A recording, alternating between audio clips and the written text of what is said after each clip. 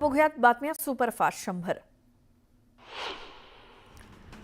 सैफ अली खानच्या घरामध्ये घुसलेले बांगलादेशी होते, त्याच्यावर झालेला हल्ला हा मला संशयास्पद वाटतो, असा गंभीर आरोप मंत्री नितेश राणेंनी केलाय। तसंच त्याने स्वतःच चाकू मारून घेतला का असं देखील प्रश्न पडत असल्याचं नितेश राणे म्हणाले। हल्ला झाला त्या रात्री सैफ अली खानला रुग्णालयामध्ये घेऊन जाणाऱ्या रिक्षावाल्याला केलेल्या मदतीची परतफेड म्हणून सैफ अली खाननं पुरस्कृत केलंय। या रिक्षा चालकाला सैफ अली खान तसंच त्याच्या कुटुंबियांनी तब्बल 51,000 रुपये दिलेत। अभिनेता सैफ अली खानवरती चोरट्यानं चाकू हल्ला केल्यानंतर खबरदारीचा उपाय म्हणून सैफ आणि करीना दोघांनाही मुंबई पोलिसांनी सुरक्षा पुरवली आहे। शिवाय सैफ राहत असलेल्या इमारतीची खासगी सुरक्षा देखील वाढवण्यात आली आहे। सैफ अली खानवरती हल्ला करणारा आरोपी पोलिसांच्या ताब्यात आहे। यापूर्वी पोलिसांनी नागपुरात धावत्या ट्रेनमधून एका व्यक्तीला संशयित म्हणून पकडलं होतं। आताही पोलिसांनी ज्या आरोपीला पकडलंय त्याचा चेहरा आणि सैफवरती हल्ला करून बाहेर पडताना सीसीटीव्हीत दिसत असलेल्या व्यक्तीचा चेहरा मॅच होत नसल्याचा दावा करण्यात आलाय। जळगावच्या परधाडे रेल्वे स्थानकाजवळ पुष्पक एक्सप्रेसमध्ये एक भीषण दुर्घटना घडली। पुष्पक एक्सप्रेसमध्ये आग लागली असं समजून काही प्रवाशांनी चालत्या गाडीतनं थेट उड्या मारल्या, मात्र या प्रवाशांना समोरून येणाऱ्या बेंगळुरू एक्सप्रेसनं चिरडलं। आगीच्या भीतीनं प्रवाशांची पुष्पक एक्सप्रेसमधनं थेट त्यांनी उड्या मारल्या, मात्र समोरून येणाऱ्या बेंगळुरू एक्सप्रेसनं प्रवाशांना चिरडलं। याच एक्सप्रेसच्या धडकेत 13 प्रवाशांचा मृत्यू झाला असून काही जण जखमी झाल्याची माहिती पालकमंत्री गुलाबराव पाटील यांनी दिली। जळगावातल्या रेल्वे अपघातानंतर राज्य सरकारकडून मदत जाहीर करण्यात आली। मृतांच्या नातेवाईकांना 5 लाख रुपये, तर गंभीर जखमी असलेल्या प्रवाशांना 50,000, तर अपंगत्व आलेल्या प्रवाशांना 2,50,000ची मदत केली जाणार आहे। तसंच सगळ्या जखमी प्रवाशांवरती सरकार मोफत उपचार करणार आहे। जळगावचे जिल्हाधिकारी आयुष प्रसाद यांच्या निर्देशांनंतर अनेक रुग्णवाहिका दुर्घटनास्थळी पोहोचल्यात। जळगावच्या 3 रुग्णालयातनं परधाडे रेल्वे स्थानकाजवळ रुग्णवाहिका पोहोचल्या। जळगावच्या रेल्वे अपघातात जे प्रवासी जखमी झाले त्यांना जवळच्या रुग्णालयात हलवण्यात आले। पाचोरा आणि जळगावातील रुग्णालयात जखमी प्रवाशांवर उपचार करण्यात आले। जळगावमधील अपघात हा रेल्वे अपघात घातपात नाही, अशी माहिती पालकमंत्री गुलाबराव पाटलांनी दिली। तसंच जखमी असलेले 4 प्रवासी अत्यंत गंभीर असल्याची माहिती त्यांनी दिली। रेल्वे अपघातानंतर भाजपच्या खासदार स्मिता वाघ दुर्घटनास्थळी पोहोचल्या। दरम्यान गाडीत काहीतरी प्रॉब्लेम होता, धूर आल्यामुळे आग लागली असं लोकांना वाटलं। रेल्वेचा स्पीड कमी झाल्यानंतर लोकांनी उड्या मारल्या, अशी माहिती स्मिता वाघ यांनी दिली। मोदींचं सरकार आल्यापासून देशात रेल्वे अपघातांचं प्रमाण वाढलंय, अशी टीका नाना पटोले यांनी केली। मोदी सरकारमध्ये रेल्वे तिकीट महागलंय, पण प्रवाशांचा जीव स्वस्त झालाय, अशी खोचक टीका पटोलेंनी केली। अपघातातील जखमी बरे व्हावेत अशी प्रार्थना करा, या घटनेचं तरी राजकारण करू नका, असं म्हणत गुलाबराव पाटलांनी नाना पटोलेंना विनंती केली।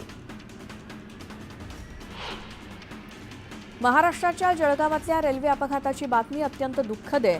मुख्यमंत्री देवेंद्र फडणवीस यांच्याशी बोलून अपघाताची माहिती घेतली जाईल, असं ट्विट केंद्रीय गृहमंत्री अमित शहांनी केलं। मृत्यू झालेल्या कुटुंबियांप्रती शहांनी संवेदना व्यक्त केल्या। उत्तर प्रदेशचे मुख्यमंत्री योगी आदित्यनाथ यांनी पुष्पक एक्सप्रेस दुर्घटनेवरती शोक व्यक्त केला। जखमींवरती पुरेसे वैद्यकीय उपचार करण्याच्या सूचना त्यांनी दिल्या आहेत। प्रवाशांच्या मृत्यूबाबत सुद्धा त्यांनी दुःख व्यक्त केलं।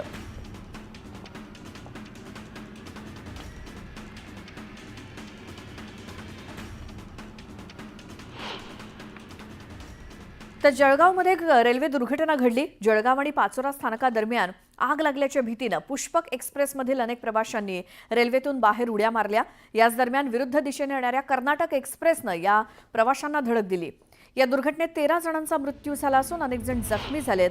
पुष्पक एक्सप्रेसमध्ये आग लागल्याच्या भीतीमुळे प्रवासी खाली उतरले आणि याच दरम्यान पाचोरा तालुक्याजवळच्या नांद्रा ते परधाडे दरम्यानच्या ठिकाणी दुसऱ्या रेल्वे ट्रॅकवरती समोरून येणाऱ्या न्यू दिल्ली बेंगळुरू एक्सप्रेस खाली येऊन या 13 प्रवाशांचा मृत्यू झाला।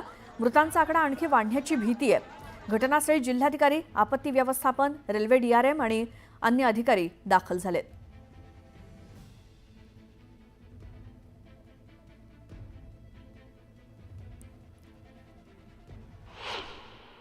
तो वो ट्रेन दूसरी ट्रेन उधर से जो आ रही थी वो सब लोग का काट के चला गया। 15-20 लोग तो काट दिए। मेरा हाथ टूट गया, यहाँ पीछे कमर में फट गया। गरीब आदमी 2 पैसा कमाने के लिए जा रहा था सर। मेरा बीवी बच्चे मर गए, घर में रो रहे हैं, अभी फ़ोन किए हैं। लोग साहब सो रहे थे, उसमें लोग हल्ला किया, आग लग गया। आग सुनकर सब लोग उतरने लगे तो हम भी उतरने लगे उसी में। जब तक उतर के जब नीचे पहुंचे, जैसे वो ट्रेन को देखा तो हम लोग भागने चालू किया, तो कुछ उधर से भगे कुछ इधर से भगे। तो एक आदमी क्या मानो कौन ढकेल दिया, हम उधर जाके गिर गए। अब हमारे क्या लगा वो नहीं था, मगर हमारे सामने एक तो बिल्कुल उड़ गया, सड़ाक दिया। उसका छिट्टी जो है पूरा गोश्त का, ये हमारे अंग पे पूरा पैंट भीज गया। ट्रेन से उतरे सर के कहीं कि मतलब ट्रेन में आग लग गई है, धुआं से सब भर गया है, आग लग गई है, भाग लो। तो ट्रेन मतलब रोकिन तो वहाँ से उतरे लगागा, हमसे भागे लगागा सर। तो उधर से ट्रेन बहुत तेजी में आई, मुड़ के आई, देखागा नहीं, आई सबका काट कूट के सब चली गए। हमसे भाग लिया तो बाहर मतलब चोट वोट खा गए, इतना हादसा हुआ। क्या मंजर था जब आपने देखा? मगर मंजर बहुत बुरा था, सब कटे थे तो बहुत बुरा था मंजर। बच गए नहीं तो हम सर कट जाते। पुन्हा पाहूयात बातम्या सुपरफास्ट 100। विधानसभा निवडणुकीमध्ये राज्यातील जनतेनं शिंदे सेनेला भरभरून प्रेम दिलं। जनतेच्या समर्थनाबद्दल नेते उपमुख्यमंत्री एकनाथ शिंदे हे उद्या राज्यात आभार यात्रा सुरू करणार आहेत। पायाला भिंगरी लावल्याप्रमाणे काम करा असे आदेश उपमुख्यमंत्री एकनाथ शिंदेंनी युवा सैनिकांना दिलेत। ठाण्यात युवा सेनेचं अधिवेशन पार पडलं। यावेळी एकनाथ शिंदेंनी स्थानिक स्वराज्य संस्थांच्या निवडणुकीच्या पार्श्वभूमीवर कामाला लागण्याचे आदेश दिले। मनसे अध्यक्ष राज ठाकरे 2 दिवस नाशिकच्या दौऱ्यावरती जात आहेत। या दौऱ्यादरम्यान राज ठाकरे स्थानिक पदाधिकाऱ्यांची पालिका निवडणुकीसंदर्भात चर्चा करणार आहेत। उद्धव ठाकरेंच्या 4 आमदार आणि 3 खासदारांनी एकनाथ शिंदेंची भेट घेतली, तर काँग्रेसचे 5 आमदारही शिवसेनेच्या वाटेवरती आहेत असा दावा उद्योगमंत्री उदय सामंत यांनी केला। नाना पटोले यांनी काल पुण्यात शरद पवारांची भेट घेतली। दरम्यान महाविकास आघाडीत सगळं काही आलबेल आहे अशी प्रतिक्रिया नाना पटोलेंनी दिली। जनतेचे माजी आमदार, जतचे माजी आमदार विलासराव जगताप आणि जिल्हा परिषदेचे माजी सभापती तमनगौडा रवी पाटील यांची भाजप पक्षातून हकालपट्टी केल्याचं जाहीर करण्यात आलं। यावरून तमनगौडा रवी पाटील यांनी प्रश्न उपस्थित करत भाजपला खडेबोल सुनावले। जत तालुक्यात भाजप पक्ष वाढवण्याचा हा बहुमान आहे का, असा सवाल तमनगौडा रवी पाटील यांनी केलाय। राष्ट्रवादी काँग्रेस शरदचंद्र पवार पक्षाचे आमदार उत्तम जानकर ईव्हीएम विरोधात दिल्लीत एल्गार पुकारणार आहेत। 25 जानेवारीपासून म्हणजेच निवडणूक आयोगाच्या स्थापना दिनी जंतर मंतरवरती सरकार विरोधात निषेध आंदोलनाला सुरुवात होणार आहे।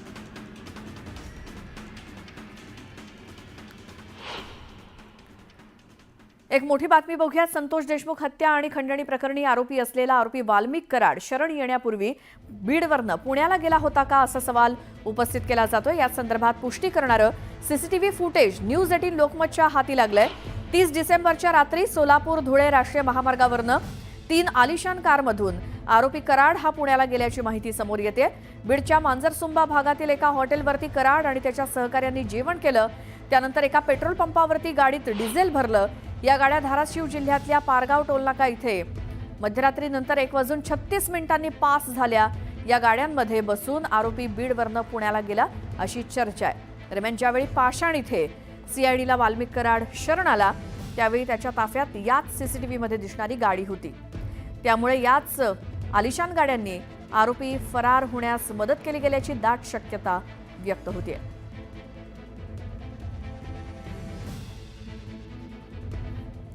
आणखी एक मोठी बातमी आहे। 2 कोटींच्या खंडणी प्रकरणातील आरोपी वाल्मिक कराडबाबत मोठी अपडेट समोर आली आहे।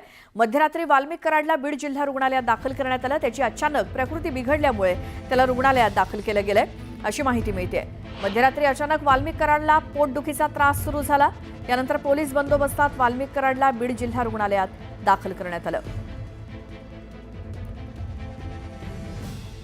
आमचे प्रतिनिधी सुरेश जाधव आपल्या सोबत बीडवरनं जोडले गेलेत। सुरेश, काय झालं आता वाल्मिक कराडला? मध्यरात्री वाल्मिक कराड यांची प्रकृती तो वाल्मिक कराड यांना 14 दिवसाची न्यायालयीन कोठडी सुनावल्यानंतर त्यांची रवानगी सीआयडी कोठडीमधून जिल्हा मध्यवर्ती कारागृहामध्ये करण्यात आली होती। जिल्हा मध्यवर्ती कारागृहामध्ये रात्री त्यांची प्रकृती स्वास्थ्य बिघडल्या कारणाने त्यांना परत पुन्हा जे जेल प्रशासन आहे त्या जेल प्रशासनाने सुरक्षेच्या कारणास्तव आणि त्याचबरोबर प्रकृतीच्या स्वास्थ्याच्या कारणास्तव त्यांना जिल्हा रुग्णालयामध्ये ॲडमिट केलेले। काल जर आपण पाहिलं तर ज्यावेळेस माननीय जिल्हा न्यायालयाने MCR सुनावल्यानंतर त्यांची वैद्यकीय तपासणी देखील करण्यात आली होती। वाल्मिक कराड यांची वैद्यकीय तपासणी केल्यानंतर जे पथक आहे त्या पथकाने वाल्मिक कराड यांना खोकला, ताप आणि सर्दी असल्याचं देखील सांगितलं होतं आणि त्यानंतर मध्यरात्री प्रकृती बिघडल्या कारणानं आता जिल्हा रुग्णालयामध्ये उपचार सुरू आहे। त्याच जिल्हा रुग्णालयाच्या बाहेर मोठा पोलीस बंदोबस्त देखील ठेवण्यात आला आहे सध्या। आणि तसं पाहिलं तर वाल्मिक कराड यांना स्लीप ॲपनिया नावाचा जो आजार आहे, श्वसनासाठी त्रास होतो आणि त्यातच सर्दी, ताप हे असल्या कारणानं परत प्रकृतीच्या संदर्भात दुसरी कुठली अपडेट होऊ नये म्हणून या दृष्टिकोनातनं जेल प्रशासनानं सुरक्षेची उपाययोजना आणि खबरदारी म्हणून आता जिल्हा रुग्णालयामध्ये ॲडमिट करण्यात आलेले आहे। रात्रीपासून मध्यरात्रीपासून त्यांच्यावरती उपचार सुरू आहे आणि आता प्रकृती व्यवस्थित आल्याचं देखील इथलचे जे वैद्यकीय अधिकारी आहेत त्यांनी देखील सांगितलेलं आहे। त्यामुळे आता वाल्मिक कराड किती वेळ या ठिकाणी त्यांना ॲडमिट करून ठेवलं जाणार हे देखील पाहणं महत्त्वाचं आहे। मात्र जी वैद्यकीय टीम आहे ती वाल्मिक कराड यांच्या प्रकृती स्वास्थ्यावरती लक्ष ठेवून आहे। एकंदरीतच काल मान्य न्यायालयानं 14 दिवसाचा MCR दिल्यानंतर, न्यायालयीन कोठडी दिल्यानंतर जिल्हा मध्यवर्ती कारागृह बीड या ठिकाणी रवानगी केल्यानंतरची ही घटना आहे। त्यामुळे साहजिकच आता वाल्मिक कराड बीड जिल्हा रुग्णालयामध्ये जी स्वतंत्र कैद्यांसाठी जी व्यवस्था केलेली असते त्या ठिकाणी त्यांच्यावरती उपचार सुरू आहे। बिलकुल सुरेश, धन्यवाद या सगळ्या माहितीसाठी। आणि आपण वाल्मिक कराडच्या प्रकृतीबाबतचे आणि पुढे काय होतं याचे अपडेट बीडमधनं घेत राहूच। तुर्तास धन्यवाद। आणखी एक मोठी बातमी आहे। संतोष देशमुख हत्या प्रकरणातील आरोपी वाल्मिक कराडच्या जामीन अर्जावरती आज सुनावणी होणार आहे। खंडणी प्रकरणामध्ये कराडच्या अर्जावरती बीडच्या केज न्यायालयात सुनावणी होईल। मकोका आणि हत्या प्रकरणात वाल्मिक कराड याला न्यायालयीन कोठडी मिळाली आहे, त्यामुळे आज खंडणी प्रकरणात वाल्मिक कराडला जामीन मिळणार का याकडे सर्वांचं लक्ष लागलंय। वाल्मिक कराडनं खंडणी घेतली का याबाबत कुठलाही पुरावा उपलब्ध नाही असा दावा आरोपीचे वकील अशोक कवडेंनी केलाय। त्यामुळे आज न्यायालयात होणाऱ्या सुनावणीच्या वेळी सरकारी वकील आणि आरोपीचे वकील यांच्यामधील युक्तिवाद महत्त्वाचा ठरणार आहे।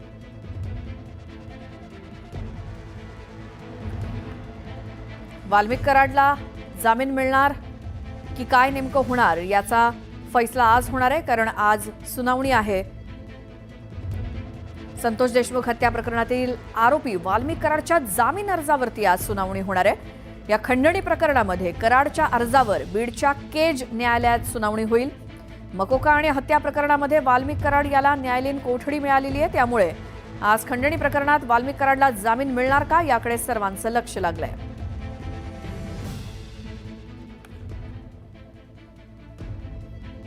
तर पुन्हा पाहूयात बातम्या सुपरफास्ट। स्वाईन फ्लू आणि कोरोना पाठोपाठ आता गुइलेन बॅरे सिंड्रोम या दुर्मिळ आजाराचा पुण्यामध्ये शिरकाव झालाय। या आजाराची रुग्णसंख्या एकूण 60 वरती पोहोचली आहे। यामध्ये 38 पुरुष आणि 21 महिला आहेत, त्यापैकी 12 रुग्ण व्हेंटिलेटरवरती आहेत। बाजारामध्ये कापसाचे दर वाढतील या आशेवर अर्धाधिक कापूस शेतकऱ्यांच्या शेतात घरातच पडू नये। सध्या आहे त्यापेक्षा कापसाचे आणखी भाव कमी होणार नाहीत असा CCIला अंदाज आहे आणि भाव वाढल्यास मात्र शासकीय कापूस खरेदीतनं CCI आउट होणार आहे। पंतप्रधान खरीप पीक विमा योजनेत बनावटगिरी टाळण्यासाठी ई पीक पाहणी बंधनकारक करण्याची महत्त्वपूर्ण शिफारस राज्य समितीने केली आहे। तसंच 1 रुपयात विमा देण्याऐवजी किमान 100 रुपये आकारावेत। बनावट विमा उतरवणाऱ्यांवरती तातडीनं गुन्हे दाखल केल्यास या प्रकाराला आळा बसेल असंही सुचवण्यात आलंय। राज्य रस्ते परिवहन महामंडळाच्या भाडेवाढीबाबत आज निर्णय होणार आहे। राज्य परिवहन प्राधिकरणाच्या असलेल्या बैठकीत हा निर्णय होईल। एसटी महामंडळानं 2 ते 3 कोटी रुपयांचा दैनंदिन तोटा कमी करण्यासाठी स्वयंचलित भाडे सुधारणा सूत्रांतर्गत भाडेवाढीची मागणी केली होती।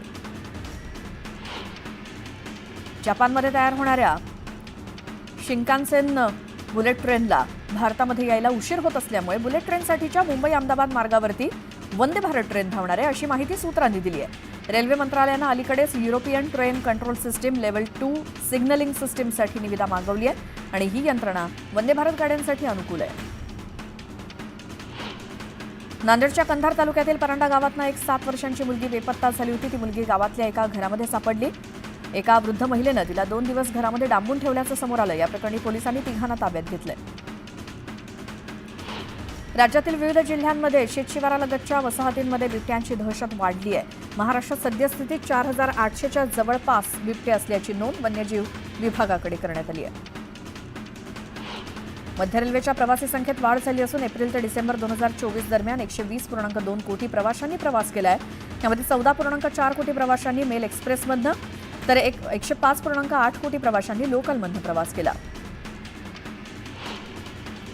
महापालिकेतील कनिष्ठ अभियंते ते कार्यकारी अभियंत्यांपर्यंतचे अनेक अभियंते आजही पदोन्नतीपासून वंचित आहेत। मागील काही महिन्यांपासून पदोन्नतीसाठी पात्र ठरून सुद्धा महापालिका प्रशासनाकडून कार्यवाही होत नाही अशी त्यांची तक्रार आहे. त्यामुळे सर्व प्रवर्गातील 250 ते 300 अभियंत्यांची पदं रिक्त आहेत. जळगावच्या शेंदूर आणि सोयगाव रस्त्याची मोठी दुरवस्था झाली आहे. खराब रस्त्यांच्या विरोधात शिवसेनेच्या वतीनं रास्तारोको आंदोलन करण्यात आलं. यावेळी संतप्त आंदोलकांनी 1 तास वाहतूक रोखून धरली. त्यामुळे वाहनांच्या रांगा लागल्या. मुंबईमध्ये पेट्रोल आणि डिझेलवरती चालणाऱ्या वाहनांवरती निर्बंध घालून फक्त सीएनजी आणि इलेक्ट्रिक वाहनांनाच परवानगी देण्याबाबत अभ्यास करून अहवाल सादर करण्यासाठी तज्ज्ञ व्यक्तींची समिती राज्य सरकारनं स्थापन केली आहे. ही समिती 3 महिन्यात सरकारला अहवाल सादर करेल. सांगलीच्या खानापूर चेन स्नॅचिंग तसंच मारहाण करून नागरिकांना लुटणाऱ्या 3घांना जेरबंद करण्यात आलं. आरोपींचे 3 गुन्हे उघड झाले असून सोन्याच्या दागिन्यांसोबतच 10 लाखांचा मुद्देमाल जप्त करण्यात आला. मिरज पंढरपूर मार्गावरती पिण्याच्या पाण्याच्या बॉक्सच्या आडून गोवा आणि मध्य प्रदेश बनावटीच्या दारूची तस्करी करणाऱ्यांवरती राज्य उत्पादन शुल्क विभागानं कारवाई केली. दारूची तस्करी करणाऱ्या 2घांना अटक करण्यात आली असून त्यांच्याकडनं दारूचे बॉक्सेस आणि ट्रक असा एकूण 68 लाख रुपये किमतीचा मुद्देमाल जप्त केलाय. मुंबईतल्या तापमानामध्ये पुन्हा एकदा घट झाली आहे. किमान 20 अंश सेल्सिअस तापमानाची नोंद झाली. मंगळवारच्या तुलनेत तापमान 2 अंशांनी घसरलं. आज तापमानात 1 अंश सेल्सिअसनं घट होईल असा अंदाज आहे. कोकणात जाणाऱ्या प्रवाशांना दिलासा देण्यासाठी रोहा स्थानकात 10 गाड्यांना थांबा देण्याचा निर्णय मध्य रेल्वे प्रशासनानं घेतलाय. त्यामुळे या मार्गावरील प्रवाशांना मोठा दिलासा मिळणार आहे. येत्या 26 जानेवारी रोजी मरीन ड्राईव्ह ते सीलिंगपर्यंतचा कोस्टल रोड मुंबईकरांसाठी खुला करण्याचा पालिकेचा विचार आहे. या पार्श्वभूमीवर इथे वाहनांची वर्दळ वाढण्याची शक्यता लक्षात घेऊन आता या मार्गावरती 2 अद्ययावत अग्निशमन केंद्र उभारण्याचा निर्णय पालिकेने घेतलाय. कोस्टल रोडवरच्या वाहतुकीचं नियंत्रण आणि देखरेख यासाठी माहिती संप्रेषण तंत्रज्ञानाचा वापर करून उपयुक्त अशा केंद्रीय नियंत्रण कक्षाची स्थापना आता अंतिम टप्प्यात आली आहे. ब्रिज कँडी रुग्णालयाजवळच्या टाटा गार्डनच्या मागे हे नियंत्रण केंद्र उभारण्यात आलंय. दिवंगत कला दिग्दर्शक नितीन देसाई यांचा कर्जत येथील एनडीए स्टुडिओ राज्य सरकारकडे हस्तांतरित करण्याची प्रक्रिया सुरू झाली आहे. हा स्टुडिओ सरकारच्या ताब्यात घेण्यासाठी दुसऱ्या टप्प्यातील 35 कोटींचा हप्ता देण्याचा निर्णय बुधवारी घेण्यात आला. पर्यटन आणि सांस्कृतिक विभागानं याबाबतचा शासन निर्णय जारी केला. मुंबईतील महिलांच्या सुरक्षिततेसाठी महापालिकेच्या वतीनं महिला सुरक्षा मोबाईल ॲपची निर्मिती करण्यात येणार होती. यासाठी पालिकेनं 2024-25च्या आर्थिक वर्षात 100 कोटींची तरतूद केली होती. मात्र अद्याप ॲपची योजना धुळखात पडली आहे. हिंदुहृदय सम्राट बाळासाहेब ठाकरे यांच्या जयंतीनिमित्तानं पुढील वर्षभर राज्यभरातील एसटीच्या सर्व बसस्थानकात हिंदुहृदय सम्राट बाळासाहेब ठाकरे स्वच्छ सुंदर बसस्थानक अभियान राबवलं जाणार आहे. राज्यातील बहुतांश महापालिकांची संकेतस्थळं अत्यंत धीमी असून काही चक्क बंद आहेत. यात जळगाव, परभणी, जालना या महापालिका आघाडीवरती आहेत. मात्र पुणे, कोल्हापूर, पिंपरी चिंचवड या 3 महापालिका ई गव्हर्नन्स निर्देशांकात आघाडीवरती आहेत. यात पुणे महापालिकेनं राज्यात प्रथम, कोल्हापूर द्वितीय तर पिंपरी चिंचवड महापालिकेनं तृतीय स्थान पटकावलंय. नांदेड शहराजवळच्या भोकर फाटा इथे अपघात झाला. डिझेल घेऊन जाणारा टँकर एका ट्रॅक्टरला धडकला आणि उलटला. सुदैवाने यात कोणतीही जीवितहानी झालेली नाही. मात्र या अपघातामुळे टँकरमधून डिझेलची गळती सुरू झाल्यामुळे डिझेल घेऊन जाण्यासाठी गर्दी झाली. शिवाजी पार्क परिसरात धुळीमुळे होणारं प्रदूषण नियंत्रणात आणण्यासाठी दीर्घकालीन उपाययोजना अंमलात आणण्याचा निर्णय मुंबई महानगरपालिकेने घेतलाय. धूळ नियंत्रणासाठी मातीवर सातत्यानं पाणी फवारणं यासारख्या आपत्कालीन उपाययोजना करण्यात येणार आहेत. बेस्ट उपक्रमातील भाडेतत्वावरील बसगाड्यांची सेवा तत्काळ बंद करावी. बेस्टचा स्वमालकीचा ताफा वाढवावा अशी मागणी बेस्ट कामगार सेनेनं केली. यावेळी कामगार सेनेनं आपलं 20 मागण्यांचं निवेदन दिलंय. येत्या शुक्रवारी आणि शनिवारी म्हणजे 24 आणि 25 जानेवारी रोजी रात्री पश्चिम रेल्वेनं प्रवास करणार असाल तर ही बातमी तुमच्यासाठी महत्त्वाची आहे. या 2 रात्री मिळून पश्चिम रेल्वेच्या 277 लोकल्स रद्द करण्यात येणार आहेत. या दरम्यानच्या 4 एक्सप्रेस देखील रद्द करण्यात येणार आहेत. राज्याच्या सार्वजनिक आरोग्य विभागामार्फत राबवण्यात येणाऱ्या राष्ट्रीय वृद्धापकाळ आरोग्य शुश्रूषा कार्यक्रमाअंतर्गत गेल्या वर्षभरात 10,49,251 वृद्धांवरती उपचार करण्यात आलेत आणि ही वृद्धापकाळ सेवा अधिक गतिमान करण्यात येणार आहे. भायखळा आणि बोरिवलीमध्ये बांधकाम बंदी लागू केल्यानंतर या भागातील हवेच्या गुणवत्तेत सुधारणा झाली होती. दरम्यान समीर ॲपवरील नोंदीनुसार बुधवारी मात्र भायखळा आणि देवनार इथे वाईट हवेची नोंद झाली. राज्य परिवहन महामंडळाच्या एसटी बसमध्ये ज्येष्ठ नागरिक, अपंग आणि इतर सवलतपात्र प्रवाशांना देण्यात येणाऱ्या स्मार्ट कार्ड यंत्रणेत बिघाड झालाय, त्यामुळे प्रवाशांना तात्पुरता कागदी पास देण्यात येतोय. अनेक ज्येष्ठ प्रवाशांकडे पास नसल्यामुळे त्यांना प्रवासात अडचणींचा सामना करावा लागतोय. नाशिक जिल्ह्यामध्ये 1,00,000 क्विंटल तर अहिल्यानगर जिल्ह्यामध्ये 23,000 क्विंटलची आवक झाली. लाल कांद्याला कमीत कमी 1,330 रुपयांपासून ते 2,500 रुपयांपर्यंतचा सरासरी दर मिळाला. पुण्यामध्ये अस्वच्छता करणाऱ्यांकडून सुमारे 4,500 नागरिकांकडून पालिकेनं तब्बल 36 लाखांचा दंड वसूल केलाय. महापालिकेकडून 1 जानेवारी ते 18 जानेवारी या कालावधीत शहरात दंडात्मक कारवाई करण्यात आली. पुढील वर्षभर एसटीच्या राज्यभरातील सर्व बसस्थानकांवरती उपमुख्यमंत्री एकनाथ शिंदे यांच्या संकल्पनेतनं हिंदुहृदय सम्राट बाळासाहेब ठाकरे स्वच्छ सुंदर बसस्थानक अभियान राबवलं जाणार आहे. तब्बल 3 कोटी रुपयांची बक्षिसं या अभियानांतर्गत देण्यात येणार असून राज्यात अ वर्गात पहिल्या येणाऱ्या बसस्थानकाला 1 कोटींचं बक्षीस जाहीर करण्यात आलंय. राज्यातील बाजार समितीमध्ये सोयाबीनची 57,054 इतकी आवक झाली, तर सोयाबीनला 3,997 रुपये प्रति क्विंटल इतका दर मिळाला. ठाणे महापालिकेनं कोपरी परिसरात 5 फेब्रुवारीपर्यंत चिकन मटण विक्री दुकानं बंद ठेवण्याचा निर्णय घेतलाय. बर्ड फ्लूचा संसर्ग रोखण्यासाठी पालिकेनं ठाणे जिल्हाधिकाऱ्यांच्या आदेशानुसार ही उपाययोजना केली आहे.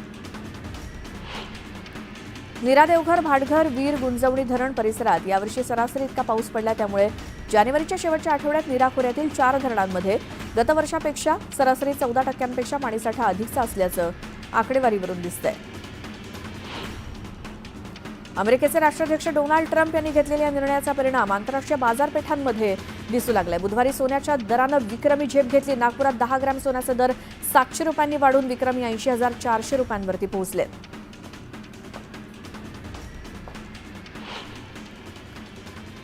एक मोठी बातमी येते ती म्हणजे मुंबईतल्या 3 कलाकारांना पाकिस्तानमधनं धमकीचा मेल आलाय. राजपाल यादव, रेमो डिसूजा आणि सुगंधा मिश्रा यांना ही धमकी मिळाल्याची माहिती सूत्रांनी दिली आहे. याबाबत मुंबई पोलिसांनी राजपाल यादव यांच्या तक्रारीवरनं FIR दाखल केली आहे. पोलिसांकडे टीव्ही अभिनेत्री सुगंधा मिश्रा आणि कोरिओग्राफर रेमो याची देखील तक्रार आली आहे. ईमेल करणाऱ्यांना ईमेलच्या शेवटी विष्णू असं लिहिल्याचा दावा सूत्रांनी केलाय आणि प्राथमिक तपासात ईमेल करणाऱ्यानं पाकिस्तानमधनं ईमेल पाठवल्याची देखील माहिती मिळाली आहे. 3 कलाकारांना पाकिस्तानमधनं धमकीचा ईमेल आलाय. राजपाल यादव, रेमो डिसूजा आणि सुगंधा मिश्रा या तिघांना धमकी आल्याची माहिती सूत्रांनी दिली असून मुंबई पोलिसांनी FIR दाखल केली आहे राजपाल यादव यांच्या तक्रारीवरनं. तर पोलिसांकडे टीव्ही अभिनेत्री सुगंधा मिश्रा आणि कोरिओग्राफर रेमो डिसूजा यांची देखील तक्रार आली आहे. तर ईमेल ज्यानं केलाय त्यानं ईमेलच्या शेवटी विष्णू असा लिहिल्याचा दावा करण्यात आलाय. सूत्रांनी तशी माहिती दिली आहे आणि प्राथमिक तपासात तर हा ईमेल करणाऱ्यांना पाकिस्तानमधनं ईमेल पाठवलाय.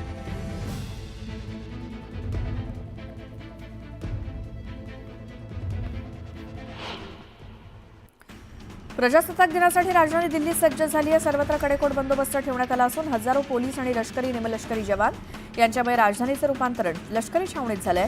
ज्या मार्गावरनं परेड जाणार आहे तिथे तर आतापासूनच सुरक्षा पथकांचा बंदोबस्त आहे. जळगावातील रेल्वे दुर्घटनेबद्दल पंतप्रधान नरेंद्र मोदी यांनी शोक व्यक्त केला. त्यांनी सोशल मीडियावरती पोस्ट करत अपघातातील मृतांच्या कुटुंबियांप्रती संवेदना व्यक्त केली. दिल्लीमध्ये योगी आदित्यनाथ यांच्याकडून प्रचार केला जाणार आहे. विधानसभा निवडणुकीच्या पार्श्वभूमीवर ते किराडी, करोलबाग आणि जनकपुरीमध्ये प्रचार करतील, तर भाजपचे राष्ट्रीय अध्यक्ष JP नड्डा सुद्धा प्रचाराच्या मैदानात उतरणार आहेत. अरविंद केजरीवाल यांनी मध्यमवर्गीयांसाठी केंद्र सरकारकडे 7 मागण्या केल्या.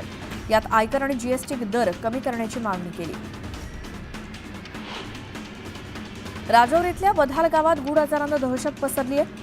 अशात गावातील 3 बहिणींना एअरलिफ्ट करत त्यांनी चंदीगडमधल्या रुग्णालयात उपचारासाठी त्यांना पाठवण्यात आलंय. कोलकात्यातील महिला डॉक्टरवरील अत्याचाराच्या घटनेतील दोषी संजय रॉयनं हायकोर्टात याचिका केली. या याचिकेद्वारे त्यांना फाशीची शिक्षा देण्याची मागणी केली. उत्तर प्रदेशच्या शामलीमध्ये चकमकीत एका पोलिसाचा मृत्यू झाला. गुंडांसोबत झालेल्या चकमकीत त्याला 4 गोळ्या लागल्या होत्या, मात्र रुग्णालयात उपचारावेळी त्याचा मृत्यू झाला. उत्तर प्रदेशच्या अमरोहामध्ये ज्वेलर्सच्या दुकानात चोरीची घटना घडली. बुरखा घालून आलेल्या महिलांनी दुकानातील दागिन्यांची चोरी करत पळ काढला. CCTVच्या आधारे या महिलांचा शोध घेतला जातोय. बिहारमधल्या हाजीपूरमध्ये एका चालत्या कारला अचानक आग लागली. कारनं पेट घेतल्यामुळे कारमध्ये बसलेल्या लोकांनी कार बाहेर उडी मारून आपला जीव वाचवला. इंदोरमध्ये चालत्या कारमध्ये स्टंटबाजी करताना तरुण पडल्याचा व्हिडिओ व्हायरल झालाय. वाहनाच्या बोनेटवरती बसून तिघे रील करत होते. हे 12वीचे विद्यार्थी असून पोलिसांनी तिघांना ताब्यात घेतलंय.